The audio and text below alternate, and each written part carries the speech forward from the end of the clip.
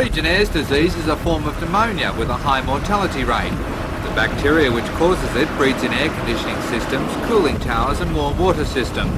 The 375 people who attended today's conference were given advice from the Standards Australia Council on preventing the disease from invading the workplace.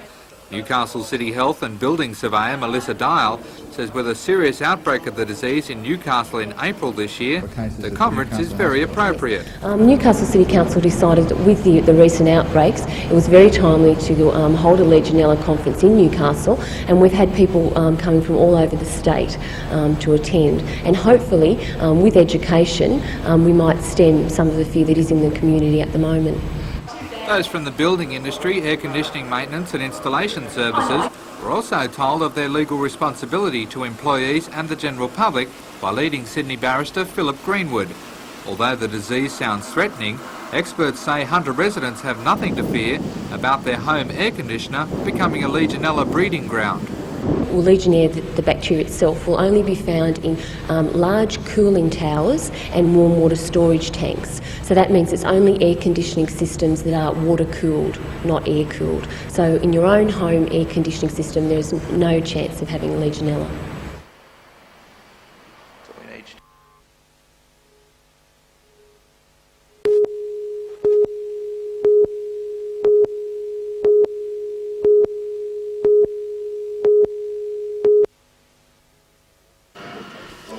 Mr McLaughlin, in his role as chairperson of the Hunter Group of the Royal Australian Institute of Public Administration, was guest speaker at their meeting.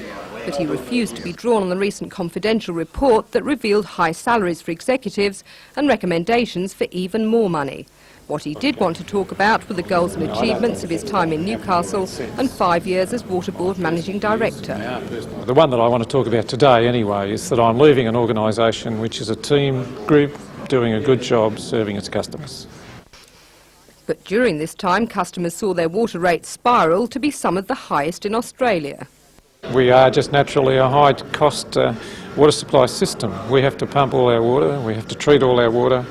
We have a system which is widely dispersed and the population is not as dense as most other suppliers. But we also recognise that we have a long way to go in getting ourselves into a highly productive and efficient working system. Mr McLaughlin is retiring from the Water Board to undertake consultancy work in Sydney. His successor takes over next week.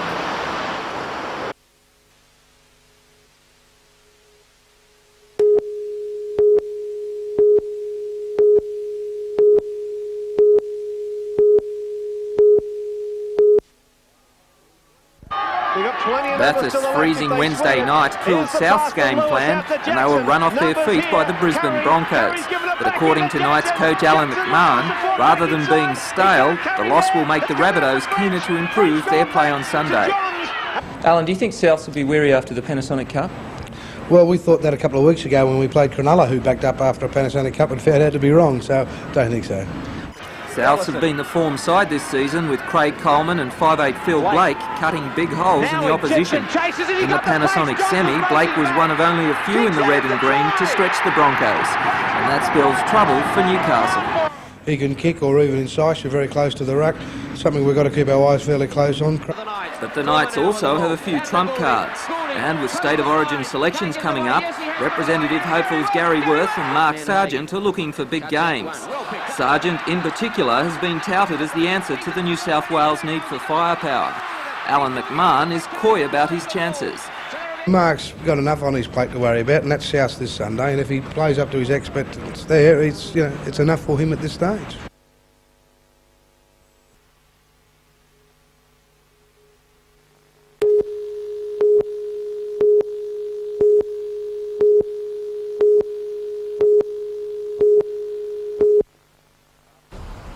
After a series of round-robin and then knockout games, these two players competed for the title. Neville Day and Jim Dwyer from Sydney bowled for just over 2 hours for the 31-up final. Following overnight rain, the 13-second green tested the two bowlers, with Dwyer finally winning 31-22. Dwyer, who has been runner-up in the singles event on 3 previous occasions, played immaculate bowls to take the $2,000 first prize. Cessnock bowler Robert Thompson was the only local to threaten the Sydney Siders, losing to Dwyer in the semi-finals.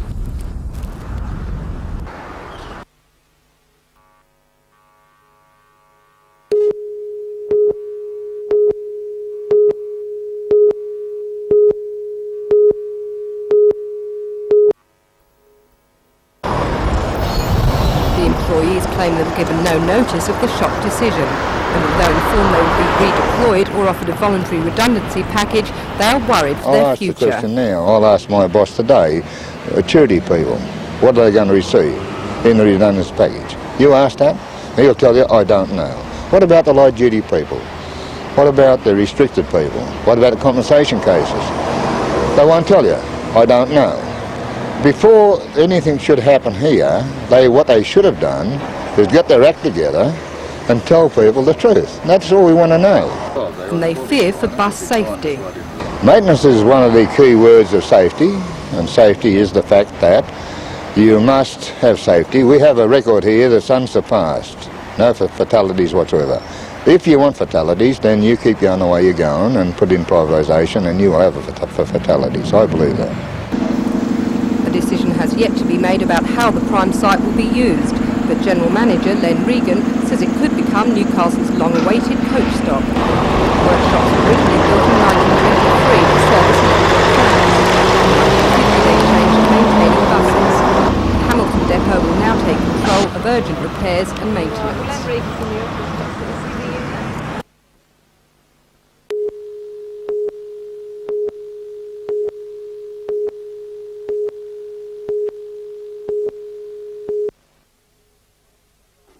70-year-old Evelyn Jones went missing from Errolyn Lodge. Police say she had plans to visit relatives at Cessnock, but didn't arrive there. Today, Cardiff and Toronto police launched a ground search around the inlet and outlet canals of the Eraring power station. They were joined by 25 SES volunteers, but the search was in vain. Police fear for the welfare of the elderly woman, saying unless she found shelter overnight, she may have come to grief in cold and wet conditions. They say the woman may be disorientated and may have tried to hitch a ride along the main road at Eraring. She is described as 154 centimetres tall, of slight build with grey-black hair. She may be walking with a limp and was last seen wearing a pale blue tracksuit with navy blue shoes. Anyone with information should contact Toronto Police.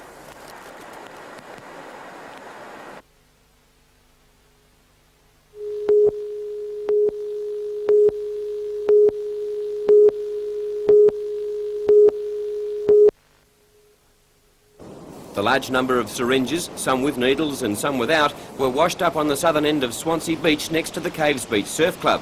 On discovery of the danger, surf lifesavers moved quickly to cordon off the area. Police are warning the public to stay away or at least treat the surrounding area very carefully until further notice. It's not clear where the used syringes came from, but it's thought that they may have emerged from the Swansea Head sewer outlet and were washed around to the beach.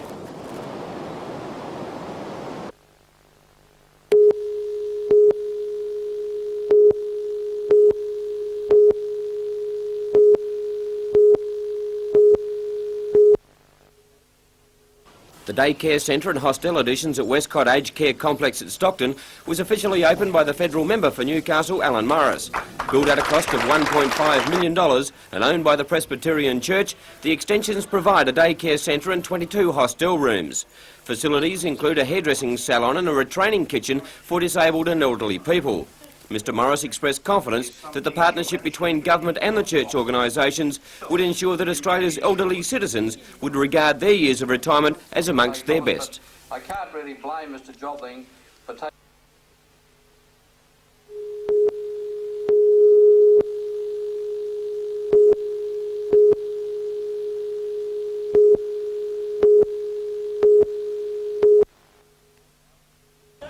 Thousands of potential young stars from the ages of 4 to 17 years are enrolled at Johnny Young talent schools throughout Australia.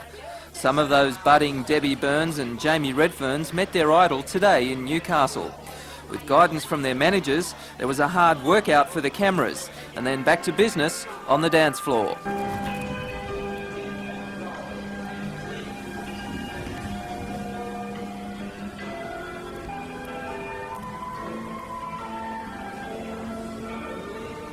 basically we teach them communication and how to deal with people, how to look people in the eye, how to talk to people, how to sing and dance, be bright and be happy, and just get involved with music, which is something that's great for everybody. You know, a lot of kids watch people on television, they say, oh yeah, I want to dance like Madonna, I want to do all that. But when they actually get to do it, because it is like anything, it's a discipline you have to learn, they find that the 2 feet just won't fit together at the same time. So we have beginners classes for kids to give them an opportunity to find out whether they have some talent that's worth developing. Of course, a lot of kids come to the school with the idea of,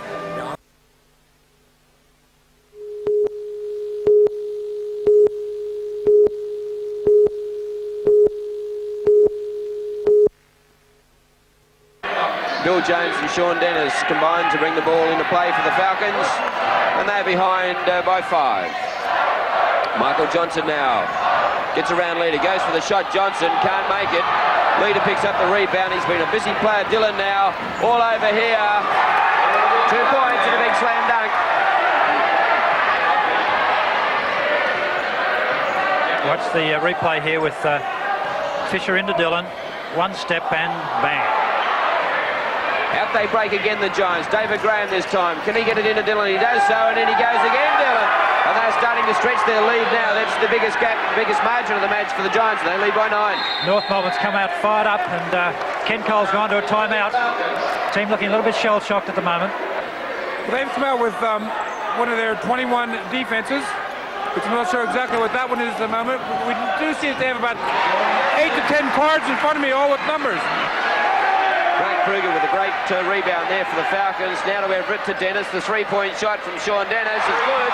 And the Falcons creep a little closer. North Melbourne pushing Newcastle a little bit. Jones now tries to get around Fisher. Goes for the drive, gets the 2 points. Michael Johnson now into Jerry Everett. Everett trying to get around Fisher. Goes all the way. Jerry Everett makes a great 2 points. Everett gets the ball in now to Bill Jones. Gets the ball out to Michael Johnson. Johnson with the shot. Can't make it. Picked up by Peter Hill. Peter Hill now. Will he have a shot? No, he gets the ball out to Michael Johnson. Second attempt for Michael Johnson. Makes it this time. Haven't lost by very many points in any game, so they're very, very competitive. Chris Steele inside. Plenty of time. And makes the 2 points. Got to hold North Melbourne down as Peters takes the drive. And gets the 2 points.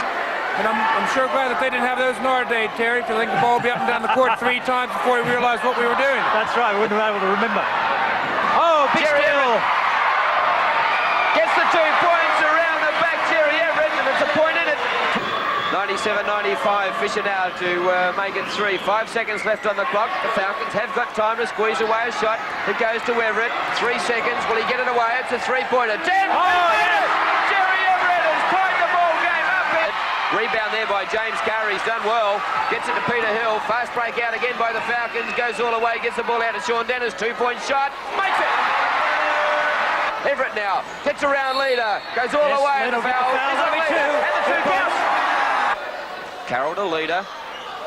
Leader's been unobtrusive, but he's certainly done his job well tonight. Oh, yes. Jim Dillon tipped away by Jones. That's it. Stacks on the bill. Sean Dennis comes up with the Jones. Yes, good work, Falcons. Good defence. Peter Hill. Quick pass out to Michael Johnson into Jerry Everett. Yes, 3 points. And the Falcons again lead by 4 points. And the crowd goes absolutely berserk. There's Michael Johnson free. All the way, Sean Dennis gets it to Bill Jones. Jones with a shot now. Can he make it? Yes! 2 points for the Falcons. And the Falcons lead by 4 with 26 seconds left on the clock. They don't want any fouls. No fouls. No fouls. Fisher now gets the shot. He can't make it. Just let him shoot. Let him shoot. Can't make it. Tapped away. The Falcons in possession. It's all over. Sean Dennis now. He's got the ball. He'll just take it out. No more shots. Oh, there's... That's a deliberate... Johnson to Jones. They've got it wrapped up here, the Falcons. Just taking down time now. James Carter goes to Herder. And what a boil over. Listen to the crowd. With a sensational victory over last year's beaten grand finals, the North Melbourne Giants. And the Falcons have won 125 points to 120. And there's the feeling in the dressing room, Terry. It was a great performance by this young...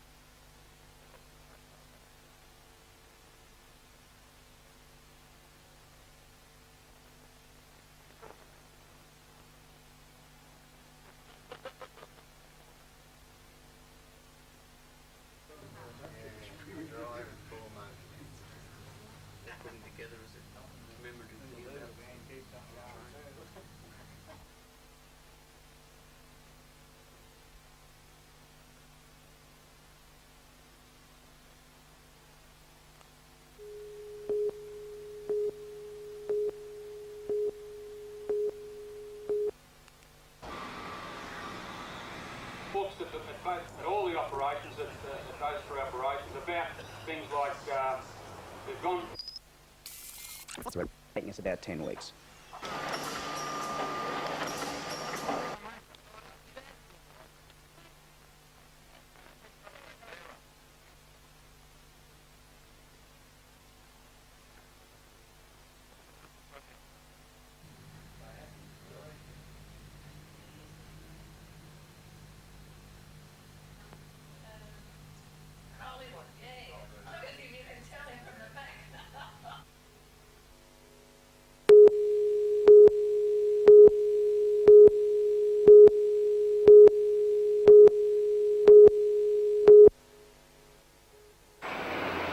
Medical waste in the Hunter Health area can only be safely disposed of at the Mater Hospital's incinerator. The syringes and other pathological waste turning up on Burwood and Caves Beach should have been destroyed here.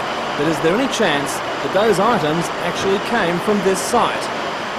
The hospital says its security system for waste disposal is virtually flawless. Everything that arrives here goes direct to the incinerator. All waste bins arrive locked and staff have the right to turn away any material not correctly packaged. However, they say that hasn't happened recently. The bins are emptied mechanically into the incinerator, avoiding any human contact. The incinerator itself is in a compound surrounded by a barbed wire fence. The next possible security lapse is in the delivery of the waste. Hunter Public Hospitals have their own transport system which they say is rigidly controlled. There is only one private waste contractor equipped to carry pathological waste, and the company manager, John Davis, says he double-checked the system after hearing of the beach pollution. He believes his operation is secure. I think it may be someone, I shouldn't really speculate, it may be someone that's picked it up inadvertently and been a bit worried about what to do with it. There is a far more disturbing possibility. This is the only private contractor delivering waste to Mater Hospital, and they say there are many more practices who aren't using their service. If that's the case, what are they doing with their pathological waste? The fact is, there's almost no legislative guidelines on the disposal of pathological waste. Anyone from a vet to a local GP is at liberty to dump their medical waste however they see fit. It was hard to determine exactly where it came from, but obviously a lot of it was finding its way in the waste stream. So, not so much now, but certainly there's still evidence from time to time of finding it in the normal rubbish. This afternoon, police at Swansea handed over syringes found on Caves Beach to the State Health Department. They'll go to the government laboratory in Sydney for forensic testing to determine their contents, but even if the Health Department does discover the dumper, there's no guarantee they'll be able to prosecute. Legislation controlling the disposal of medical waste is so vague, there's no certainty there's a charge. Until the laws are improved, there's no guarantee that this won't happen again. I'm Tom Hilston for NBN News.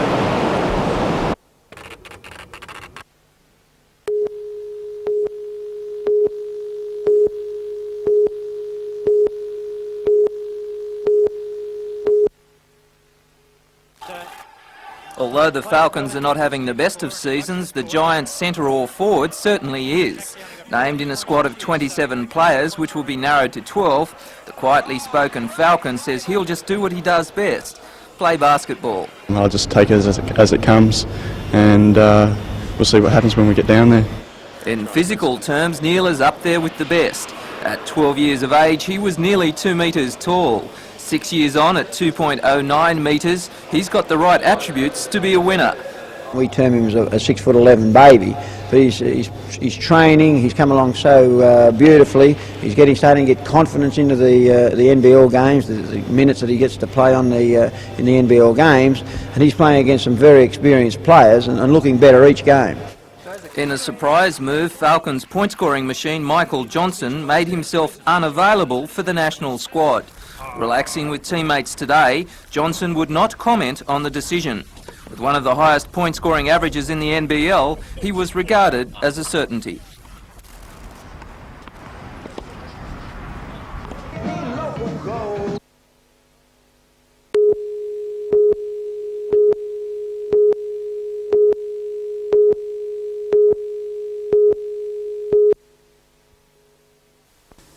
Last month, the Frigates for Newcastle petition was launched by traders at Wallsend Plaza, anxious to do something to show their support for the AWS bid. They printed 10,000 pages, ambitiously hoping to gather 300,000 names. That goal now looks considerably more realistic thanks to a commercial released today encouraging people to add their names to the list. Too late. We can make it happen. We know that we can do it. All we have to do is show them where the heart is really going. We can make it happen. We can do it. The 60-second commercial was produced at the initiative of the Newcastle Permanent Building Society and Shortland Electricity. Many well-known local personalities appear in the clip, and some were on hand today for the launch at the Newcastle Permanent head office. People have welcomed the opportunity to be involved in something that is of such community benefit. For example, that Walters drove up from Sydney to be filmed. He spent half an hour here, he drove straight back to Sydney. There was no charge involved. NBN has donated prime slots for the commercial, which it will run until the end of June. Newcastle's radio stations have also agreed to play a similar audio version. It is hoped the commercial will also be aired in Sydney and Canberra, a move which has been welcomed by AWS Newcastle manager Peter Shevlin. They're happy with our price, they're happy with our build strategy. The one thing that this will help prove is that there is no risk in the building. The ships will be delivered on time by a community that's thoroughly behind the project.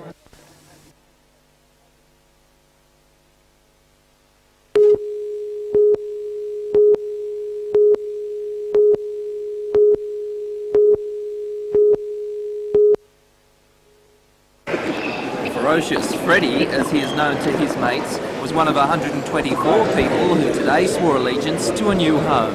The heirs and successors according to law. A little dumbfounded by the attention, Fred said he came to Australia 20 years ago to see his son. Liked the place so much, he stayed. Why did it take you so long to become an Australian citizen? Well, I was 72 when I came here. So what do you think? You forget, you don't think, you're happy and you're glorious, and you live on your own and you're doing everything, and you just forget. Now that you've become an Australian, what do you think of pommies? Well, we're all pommies, aren't we? From the beginning.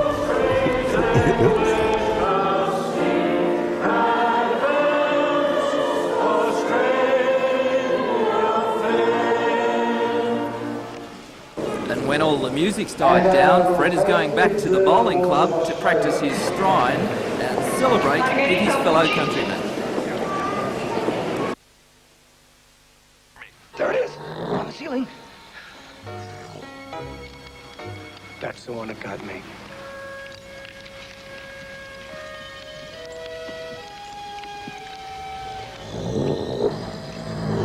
Right, boys. Ready? Throw it!